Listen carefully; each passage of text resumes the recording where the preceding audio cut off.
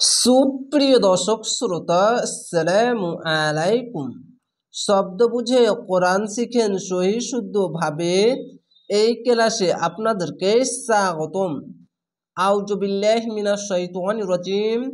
বিসমিল্লাহির রহমানির রহিম। ওয়াল্লাযিনা, জের পাশে ইয়া সাকিন এক আলিফ টেনে পড়বেন। ওয়া লাম যাবার ওয়াল, লাম যাবার লাম, ওয়াল্লা জাল ইয়াজি, ওয়াল্লাজি নুন যাবার না, ওয়াল্লাজিনা আমানু, পেশের পাশে অসাকিন এক আলিফ টেনে পড়বেন, খাড়া যাবার এক আলিফ টেনে পড়বেন, হামজা খাড়া যাবার আম, আলিফকে হামজা পড়বেন। যদি আলিফের ওপর নিচে যে যাবার পেশ বা যে কোন জিনিস আসলে আলিফকে হামজা পড়বেন। মিম যাবার মা, আমা নুন অপেশ নু, আমানু বিল্লাহি, খাড়া যাবার এক আলিফ টেনে পড়বেন। আল্লাহ লেখা থাকলে ডান পাশের অক্ষরটি দেখবেন, নিচে যদি জের থাকে তাহলে আল্লাহ লেখাটি পাতলা করা হবে। বা লাম জের বিল, লাম খাড়া যাবার লাম, বিল্লাহ হাজের হি, বিল্লাহি ওয়া রসুলিহি, খাড়া জেড়ে এক আলিফ টেনে পড়বেন। ওয়া যাবার ওয়া, র পেশ রু, ওয়া রু সিন পেশ সু, ওয়া রসু লাম জের লি, হা খাড়া জের হি, ওয়া রসুলিহি ওয়ালাম, ওয়া যাবার ওয়া, লাম মিম যাবার লাম, ওয়ালাম ইউফাররিকু, পেশের পর সাকিন এক আলিফ টেনে পড়বেন।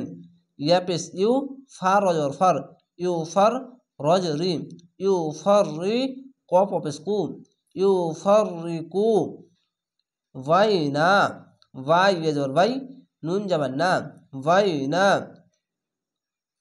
আহা আহাদিম, হামজা যাবার আ, হা যাবার হা, আহা দাল মিম জের দিম, এখানে ঈদগামে বা গুন্না, দুই জেরের পাশে মিম আছে, এখানে ঈদগামে বা গুন্না, চারটি হরফ, এখানে দেখেন দুই জেরের পাশে মিম, তার জন্য এখানে ঈদগামে বা গুন্না হচ্ছে।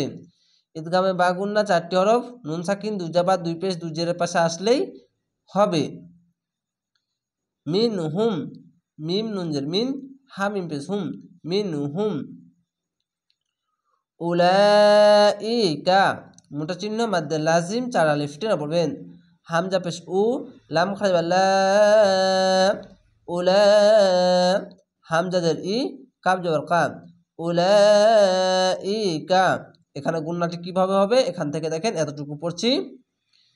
আহাদিম মিনহুম উলাইকা, আমি যদি প্রত্যেকবার যদি রিডিং পড়তে যাই বা দ্রুত গুণা থেকে যদি পড়তে চাই তাহলে অনেকটা ভিডিওটা বড় হয়ে যাবে।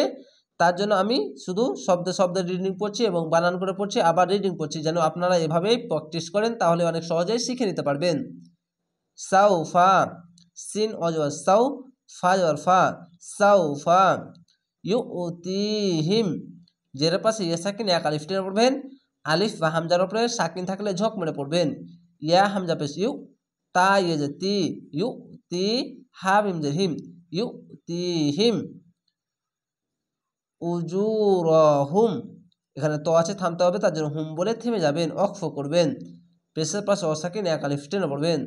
হামজা পেশ উ, অবশ্যই আলিফকে হামজা পড়বেন, যেখানে এখানে হামজা পড়ছি, এখানে হামজা পড়ছি, এখানে হামজা পড়েছি, তো অবশ্যই যে যাবার পেশ বা যে কোনো জিনিস আসলে আলিফের ওপর নিচে আলিফকে হামজা পড়বেন।